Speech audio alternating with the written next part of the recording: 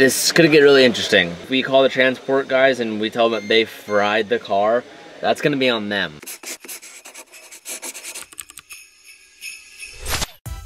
What's up guys, welcome back to another episode of the Ferrari rebuilding series. Now yesterday we went over the car and looked at it for the first time. It's not bad altogether, looking at it. I think what we have for today is... I'm nervous for today because why are you nervous? When we purchased the car, I saw a video of it running and driving. Like with the lower control arm screwed up, you can still move it forward and back. Obviously we wouldn't drive it on the road, but the car does still run. But on the way from Kentucky where I bought it from, they shipped it over here to San Diego, California. On their last stop where they were transferring the Ferrari onto another trailer to deliver it here, the guy was like, the car isn't starting anymore, I don't know what's going on. He didn't sound like he knew much about cars, so I was like, just push it on the trailer and bring it here. And long story short, it came up flat. So I think the reason why I couldn't start it is because the battery was just flatline. So we're actually gonna give a call today to a couple different places, see if we can source a Ferrari battery without spending thousands of dollars. And also I noticed my BRZ battery is completely shot as well. So we need to get a couple batteries. Let's get the cars fixed. I did some researching on the forums last night, and you can go to Ferrari and you can get their like OEM spec batteries, which are exactly. I don't know exactly, but it's thousands.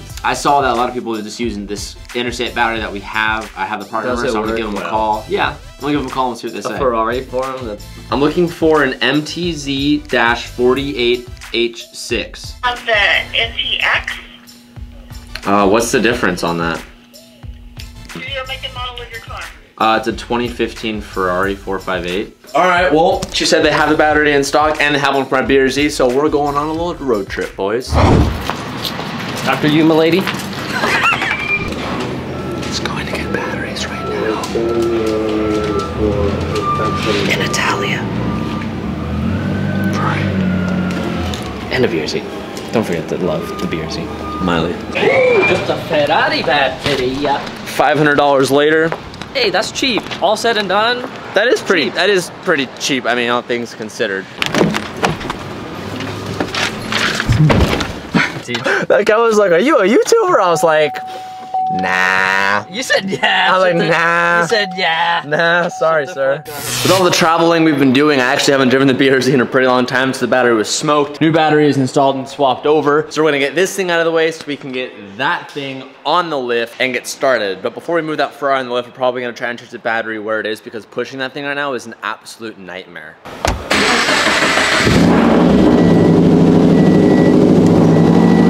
Well, so far we're 1 for 1 on battery swaps with the car starting. It's a good sign.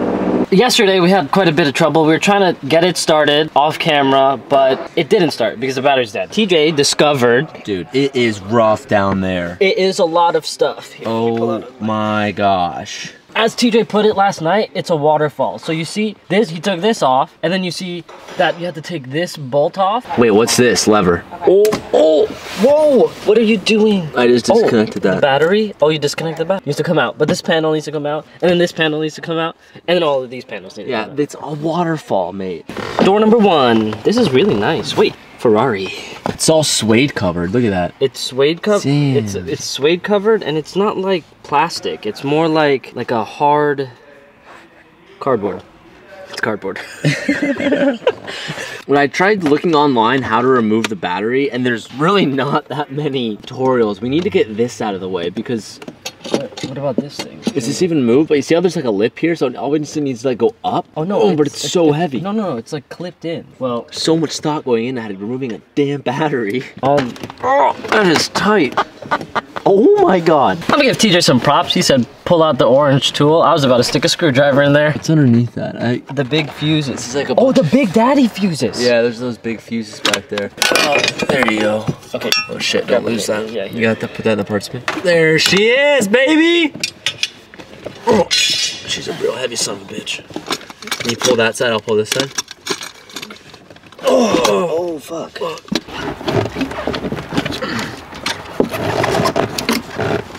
Don't just yank on it, T. Oh. Wow. That's a heavy battery. Don't drop it on my nuts, dude. I don't want to put it on these Italian leather seats. Alright, put the camera down and grab it. Look, you gotta get this one off of me. Before we put everything back, let's connect the terminals and see if we can get the car to at least turn on so we know it's good. You know what I mean? Yeah. We ready, boys? Yeah. For the... Careful not to shock yourself, mate. Okay. All right. So it's connected. Technically, your car should turn on. So technically, if the keys, Cal, go in, I'm nervous, bro. We got nothing. We got nothing. We got nothing. We got nothing. What happened? So like I said, this car should start and should have power with a new battery. So because this new battery didn't work, the first thing that we're thinking too is, oh, maybe one of the fuses popped. I'm doing some research here on the fuse panels on the 458, and I actually found that on this fuse panel that we found on top of the battery, there's one that is specifically called Cal 5 is our power supply, and that is the largest fuse on the car. So I think we're gonna start there, see if we can replace that, and maybe see if that gives us power or see if it's popped. But what's weird about these Ferrari fuses is that they're like blank. You don't see anything, and you know what, now I'm thinking about it, there's no way we are gonna have that fuse. Yeah, there's no way we're gonna. Fuck. This one, the big one here? It's, yeah, the big brown one. Oh, the big brown one. That one. We're just gonna put a thing here, and if it's continuous, then it works. If it's not, then it's broke. I got some bad news, boys. Looks like this fuse is good. Now we chase other fuses. When you buy a car from Copart, if they label that the car runs and drives, when you get it, it should run and drive. We can't even get the car even just to turn on the electronic system with a brand new battery. When they had the transporters come and pick up this car to bring it here, they said, hey, the battery is low, put it near the end of the trailer so you can push it on and off when you are transporting from trailers because the battery will not survive. Well, when they were calling us, what I didn't tell you guys on the first video is that it was actually a nightmare with shipping to get it here. The guy who we were dealing with was, I don't want to call him an idiot, but he literally blew us off 2 days in a row and just randomly didn't show up. He was calling me, he was like, I don't know how to start the car, blah, blah, blah. He was trying to move it. He told me that he tried jumping the car. From what I've been told from as a Copart, if you jump this car and you do it incorrectly, you can like short the car. He did tell us that he did try and jump it, so we're thinking that's exactly where our issue is running into. Whether or not we can just dig deep and find some fuses in here that are blown, we're gonna, rather than just doing like testing with the multimeter, making sure there's continuity, we're actually gonna take some apart and do a little physical inspection on them. If in fact they did short this car out, or I can't imagine them blowing or frying the ECU. We were just talking about this car is new enough in age of where you would think Ferrari would have something against just shorting out the whole entire ECU by trying to jumpstart the car. This could get really interesting. If we call the transport guys and we tell them that they fried the car, that's gonna be on them because it was supposed to deliver a running car. So I don't know, that's like thinking worst case scenario. Let's get the positivity up. We're gonna be double checking all these fuses to see if we can fix this. So we did some researching, and there's a thing called an inertia button, and what happens, you get an accident that trips that and it pretty much like bricks your car. Now see, the weird thing is this car was running beforehand, so I think they must have reset it, but our sources are telling me to try to find that button, reset it, and see if it makes a difference, because we're hearing a bunch of different things, and to be quite honest, I don't know, which is what's making this a little bit more difficult. But the ECU, are you pressing it down? Are you ready? I guess. I'm gonna press it. I don't know if anything will happen. I pressed it. You said you should hear like a click. Oh. If you're not hearing a click, it's already been pressed, so it's not triggered. Eventually. Okay, so guys, it's literally like 4 hours later. I haven't gotten too far with anything quite yet. I'm currently double checking every single fuse by physically pulling out and checking it rather than just checking for continuity. We just got on the phone with a couple guys that work at our exotic wrecking yard, so huge shout out to Ryan. And there's another fuse panel on the driver's side of this car that actually controls the fuses for the dash and all the electronics. We're thinking that maybe when they jump started the car, they could have tripped a fuse. From what I have been told from other exotic repair shops, they said it's pretty unlikely that they fried the ECU by jumping it, but there's always that possibility, but it's unlikely. So right now we're just double checking everything. We're gonna double check if there's any like grounds up front that are maybe loose, or maybe the harness they had touching on the chassis somewhere that was giving them the ground. But Cal just yanked out this one, which we found all of the radar crap that they have, just like a bunch of stuff. Look at this spaghetti, dude. I don't like want this. Whoever did that install. You want to remove this? What is this? What is this? And what has it? I think it's a jammer too. Jammers are illegal, but jammers are dope. We're gonna start pulling these. Hopefully we find something popped that leads to the next answer. All right, I report to you guys 30 minutes later with driver's side fuse box checking out everything just fine. There's one more fuse box that is right there. Put your hand on the one more that one. So that panel comes out and there's a lot more options. There's 2 fuses in here that are called the battery charger and starter relay fuses. Again, it's kind of unlikely that those will be it, but we're gonna double checking every single fuse in here. If we get anything of worthiness, I will update you guys and let you know. I want to interrupt this clip really quick because I realized I didn't say anything about this on camera. Earlier in the video, I mentioned about the grounds in the front of the car. After checking all the fuses and nothing ended up working, I decided it was worthy circling to the front of the car and maybe just seeing if when they delivered the car, they had like the front chassis harness all bound up. Maybe there was a ground touching somewhere along the car. I decided to start looking for miscellaneous grounds that I could find and maybe just put it to the chassis and see if that made a difference. Lo and behold, we came across a huge, thick battery cable that after checking for continuity with the positive terminal on the battery, we noticed that it actually was a ground. So what you're gonna see in this next clip is us putting that ground to the chassis of the car and seeing if it makes a difference. The key in. It's a ground. Yeah. Yes.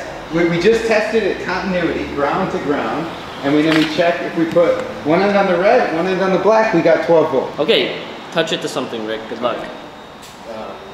Sparked. Yeah, I heard something pop inside the car. I think it. I didn't hear anything. I heard a spark here. It sparked here. Ready? Yeah. Whoa! We got it! We got it! The wipers are trying to work. We fucking got it! Yeah! Yeah! Oh! It's off. That's amazing. That was it! That was sick! Yes! The whole time we were looking at the fuses and the wiring harness up front, so we didn't think that was make a difference. Because remember, when we got it here, it was all rolled up. So maybe that was touching something and grounded it. That's why we never were getting any power. So the car is really low on oil. I don't know if we should start it. Oil in the car, you can't start it. It was running when it came here. Bro, they're running it with no oil. I checked the dipstick, there's no oil in the engine. Yeah, teach you dumbass. So after a little Google searching, apparently, because the car has a dry sump, when the car is cold and you check the oil level, it's pretty much useless. Doesn't read at all. So to check the oil level, the car actually has to be up to temperature. People on forums are saying it's reading like literally 2.5 dots below when the car is cold. So the dipstick is actually pretty cool. To take up the dipstick, when you read it, it's literally just a bit right on the bottom. Apparently, to get a real reading, the car has to turn on. We'll run it maybe for a little bit and move this over to the other lift. My fingers are sore, my eyes hurt, and I'm getting tired. Lights. Lights! Lights! Okay. Wait. Oh! 5,173 miles. There's our mileage. We're literally out of gas. Wait, how do you know? But I can see it. No, how did the truck driver know that? I don't know. Okay. Why is it making weird noises? Well, because half the car is missing. And it's like parking sensor failure, electrical failure, go to dealer, windshield wiper failure. Everything is like failed. Your shit's fucked. Put on race mode. I don't know what I'm supposed to put it on. I don't know. On, Race mode? Yeah, let's go. No, regular. It doesn't matter. It don't matter, baby. Doors open. Okay. All right, someone go to the back of the car. We're starting this bitch up. Yeah, put on the brake. Parking brake. It's in neutral. Whoa, I'm not doing that. I didn't do that. What? Whoa! I pressed the brake and it just started. It works!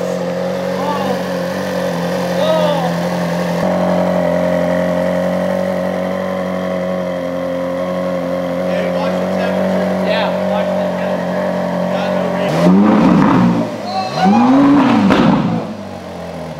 One more.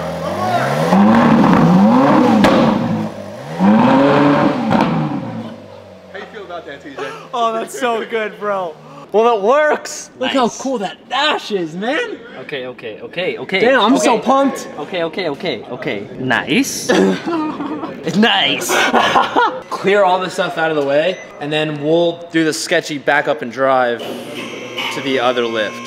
Backup cam still works. I got a back. All right, so just go really slow, Cal. Yeah, so we need to be really careful when turning it because our lower control arm is literally like completely screwed. We put a toe strap on it to kind of hold it together, but gonna be really careful when wheeling this thing out. He's like fighting the car to turn it left. We gotta do this quick because you have no cooling at all. I know, I was gonna say we can't leave. That's why I was trying to tell him to get after it because we can't. You've got no warning system really. Yeah. The whole front of the car. Yeah. Yeah.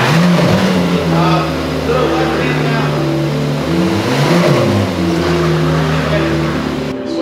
Well, that was scary, but how cool is it that we actually got it to turn on?